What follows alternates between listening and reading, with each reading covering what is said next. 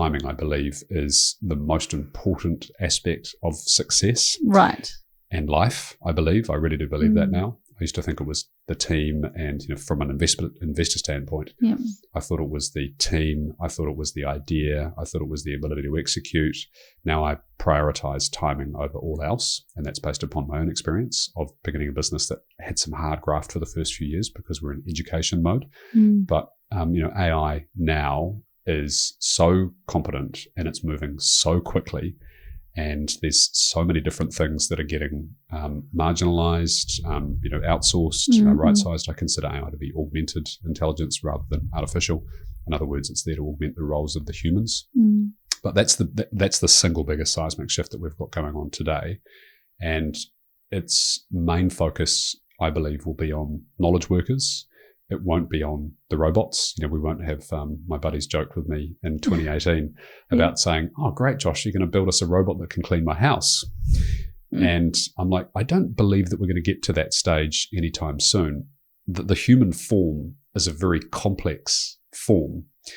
And mimicking this, getting this right, put aside Boston Dynamics with their, hundreds of thousands of dollar prototype, millions of dollar prototype robots, which they've done pretty well at doing, but they are millions of dollars and they're incredibly heavy and they're incredibly resource hungry to be able to build. Elon's talking up his Tesla robot, but Elon talks up a lot of things. I've got a lot of respect for Elon. But he has the ability to do the reality distortion field that Steve Jobs did, which is say things that aren't necessarily true in the hope that people will believe them to be true. He's promised autonomous cars since 2019, I think it was, that they were supposed to be fully autonomous, level 5. And most people are saying it's not going to happen for the next at least 10 years. And the robotaxi, for example, kind of fell on deaf ears, and the stock went down, I believe, after that was released. But back to where AI will have an impact, knowledge work. And what does it mean by knowledge work? If you have a computer on your desk and use it all day, you're a knowledge worker. Lawyer, accountant, data analyst, coder.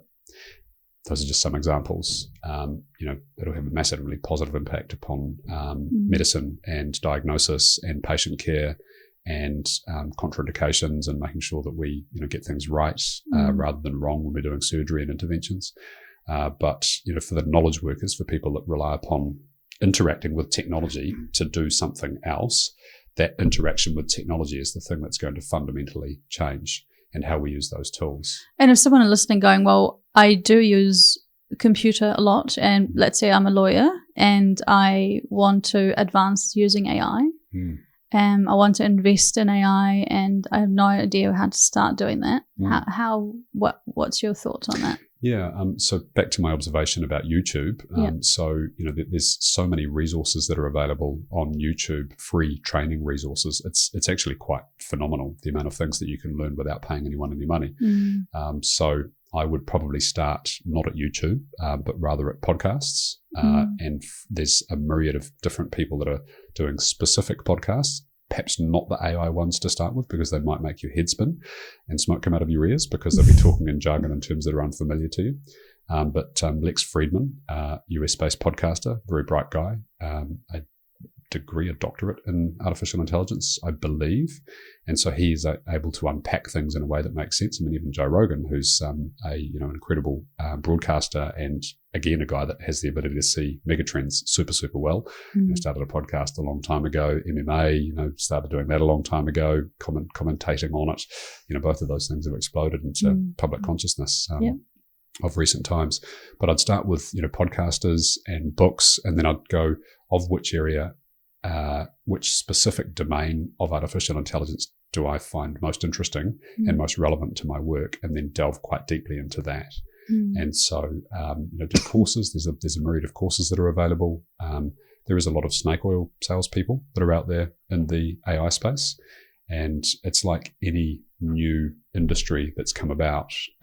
It goes through a period of growth, but without regulation and without certification and without kind of any certainty of what it is that the companies are doing in there. It creates opportunities for wonderful organizations and also shysters, people who will quite happily take your money but not necessarily be the experts that they purport to be or have anything but other than lining their own pockets in mind as a objective. But, start with the free resources would be my suggestion. And so, podcasts, books, YouTube, etc., and go from there. You were talking about timing. It's such a funny thing. It's not the ideas, it's not the execution, it's not the team. Just to be clear, those things are still really important. Of course. Timing is the most important. So you started this business a year ago, or? No, we started it as 2018. Officially started scaling. So a while, 6 years, I think. How has the journey been for you to try and start it and scale it? And what a new business mantra or model or learning did you apply to ensure that this time around it's actually going to be not bulletproof but mistake proof? Well, I did a lot more, followed my own advice, did a lot more due diligence, although again, suitably naive around SaaS businesses. I'm not a tech guy, and I hadn't run a software business before. But I have got friends who have had software business, and they gave me a few warnings.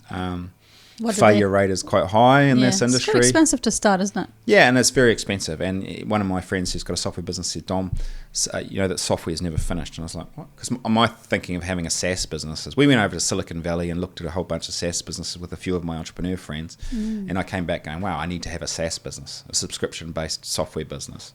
Because it's like recurring revenue, scalable, global, great multiples on exit, a lot of fun.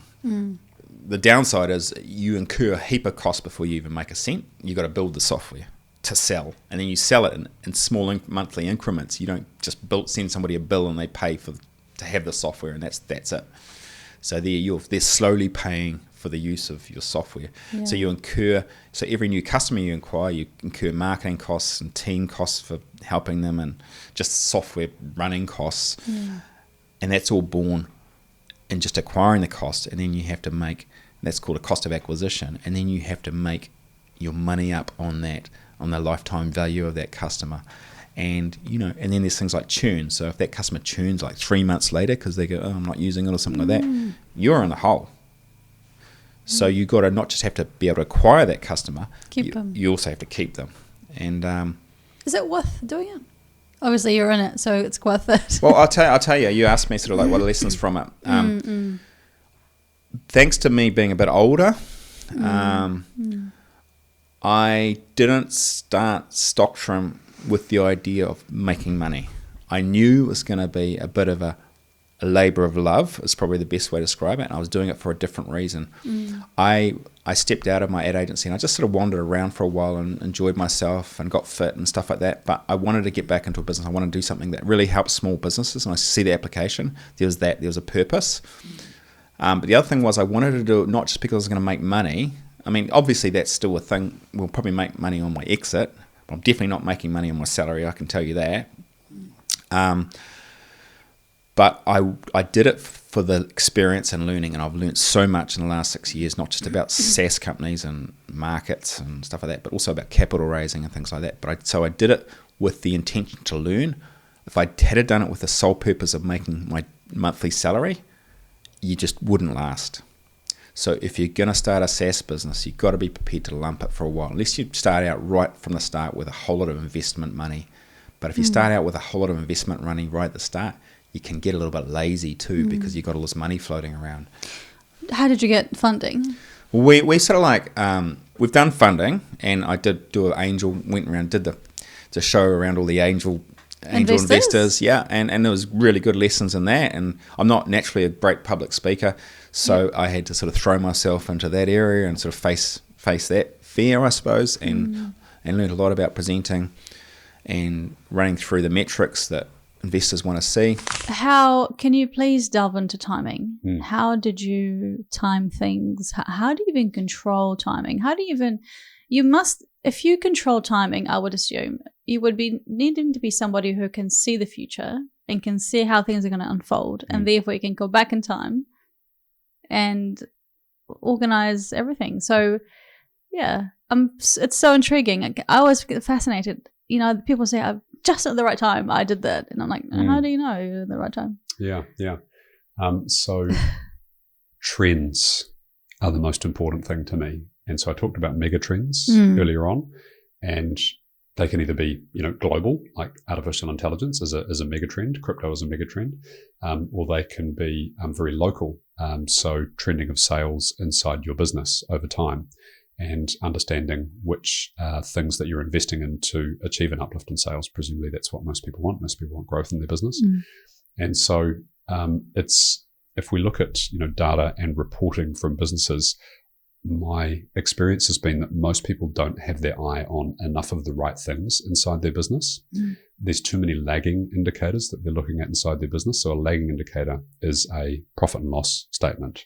It's a balance sheet. It's the things that your accountant will want to look at, and it's the things that will sit inside an annual report. A leading indicator is the thing that will denote the success of your business into next week, next month, next quarter. And so it's whatever drivers are the key drivers for your business. What would they be like? Yeah, so an example would be website visits. It would be ebook downloads. It would be number of people that are subscribing to your newsletter, podcast listens. And so all of the things that denote early potential engagement with your company that haven't led to the things that would end up in your P&L or your balance sheet. And so what I really encourage people to do is to get as longer perspective, longer view as they possibly can on, the lagging metrics are important, but those leading metrics are super, super important, and understand what's happening over time and look at the trend over time. I've been told that I'm not a futurist. I don't purport to be, but I've been told that the role of the futurist is to immerse themselves into a domain. And so there's a lot of AI futurists around right now. I don't believe that they are, but let's imagine there are some that are, right? So immerse yourself into a domain, consume as much information as you can historically on that domain.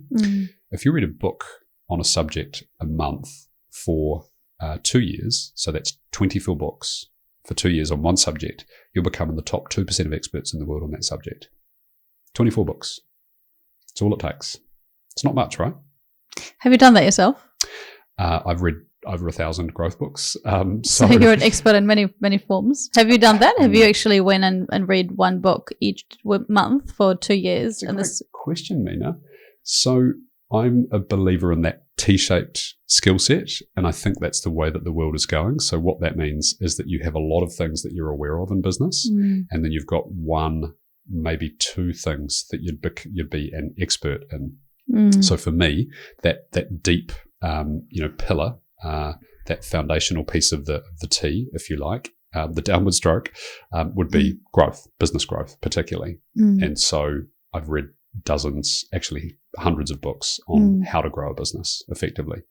And that's a subject that is, that's marketing, that's sales, that's people. So that's, you could say that's not a specialty, but it kind of is a bit of a specialty when you understand what you're trying to solve for. So what's the problem you're trying to solve for? And for me, that's the thing, growth. And so does that answer your question? Yes. Yeah. You're a strategy expert. Talking about expertise, strategy specialist, expert. I'd probably describe specialist. myself. What's the difference between specialist and expert? Yeah. So back to the T-shaped skill set. Yeah. So I'd consider, people that have been around this space for much, much longer, like as specific folk that immerse themselves, back to finish that subject from before, immerse yourself into a subject for a long period of time, and then look at the trend that's happening over time. And as a consequence, through applying your domain expertise, the understanding of what's going on in that space, and then seeing what's trending, you'll be able to look ahead by 1, maybe by 5 years, and kind of go, based on what's happened behind us, this is the trajectory that we are on. Therefore, this is likely to happen. There's a bunch of people like Michael Porter, for example, I'd consider to be an expert in strategy. And he spent his life understanding how organizations, how governments, how communities go about the business of forming strategy. So that would be an expert to me. I'd consider myself a specialist in the domain of small, medium businesses. So businesses of between 1 and 30 million of revenue, as opposed to, very large, complex enterprises. And so that's a mix of helping them understand what's important for that business over the medium to long term. So where are we going and why are we going there? Forming plans around how we're going to execute towards that, putting in place the right people and structures, succession planning, intellectual assets are in place to support the growth of the business, and we're not reliant upon people, and we're able to scale at a reasonable cost. In other words, the growth, the cost to serve, the cost of the business drops off, and the growth continues to go up. That's achieved through intellectual assets, intellectual property, and a few other things as well. What about if someone is in their 30s and 40s, really wanting to learn? How can they do that faster, to be up to date, maybe to become an expert at something, and position themselves and maybe get on a mega trend and make the most of it and capitalize on it and grow? Yeah. So if you're this far into the podcast, then I'm going to assume that you're probably quite interested in growth and learning. And so my emphasis, my encouragement to you would be to make yourself and make your growth the most important thing in your own life. Nobody else will prioritize for that other than you. There's a tune that's on rotation on my Spotify at the moment, and it says, I'll paraphrase, and it's one of those pithy kind of EDM kind of tunes. If you don't have enough time, stop watching television. So it's kind of true, right? Because it's very easy to lose life in things like entertainment and Netflix, and there's so much wonderful content that exists out there. So television's a very simple place to start. Replace television with watching YouTube on a growth-related thing that is of importance to you. So I'll just add on one more thing there, because there's another big time suck that we've got in our lives, which is, for a lot of people, social media. Instagram, Facebook, not so much. TikTok is rotting people's brains. I made the decision to not even subscribe to an account for TikTok. I have friends that are of my demographic and some that are younger that are spending 2 to 3 hours a day on TikTok, and they have nothing to show for it, and it's literally rotting their brain. So if that's you, no judgment, but I'd encourage you to delete those accounts. I took Instagram with my phone probably 2.5 years ago, and I felt guilty about spending 15 minutes, 20 minutes, 3 times a week on there, but it wasn't doing anything for my life. Like, it really, really wasn't. So to answer your question, I, like everybody, get fatigued. I probably have the benefit of having a little more energy than a lot of folk do. I keep fit. I look after myself. I eat very clean, and so that leads me to having more energy naturally. But if you're struggling with things, or if you want to switch off, listen to a podcast. Like, don't use your eyes. Just shut your eyes and listen to a podcast. Listen to something that'll allow you to grow. If you want to read, I believe in reading, like, for 20 to 30 minutes at the end of the day. Something like a travel story or a novel, because it gets me out of that space of thinking. But I'm still learning, because I love historical novels, so things that weave a story into a relatively good representation of that time. So I'm learning, but not in a way that's difficult. But before I do that, I read the growth book. So I play a bit of a game with myself. I gamify it for myself. So to allow myself to have that 15 minutes of the novel, which I really want to read and enjoy at the end of the day, then I have to read 15 to 20 minutes of the growth book. And it could be a book on, I love philosophy. I love business and investing. I love learning about growth, strategy, all those sorts of things. So to get to the novel, I have to read this thing here. So set targets for yourself, gamify yourself, have bets with other people, and make them negative bets. If I don't do such and such, then I will need to give you such and such. I heard a story about some 2 authors that were endeavouring to get another book written over the course of the year. And they had a bet with each other: if we don't complete the book, I need to give you, the other person, $10,000. So you weren't going to win something, you were going to lose something. There's a relatively well-trodden path now of understanding around the pain of losing money is far greater than the joy and the pleasure of making the same amount of money. If you could weigh those things. Is that true? Yeah, it's true.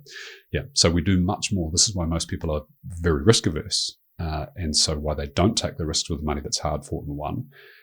Because the pain of losing that 100, that 100,000, that million, whatever it might be, that the idea of it is far greater than the joy of making that money in the first place. So those are some kind of hacks and some suggestions of how you go about gamifying those things for yourself. But it does start with creating time, carving out space and time. On the bus, for example, don't watch YouTube or, watch learning videos on YouTube, but get off TikTok, listen to a podcast, read a book. I'm sitting on the aircraft today. I'm flying to Bali for a retreat, and which is both a learning and growth retreat and writing a book. So I'm writing a book on entrepreneurship. Wantrepreneur, don't start a business until you've read this book.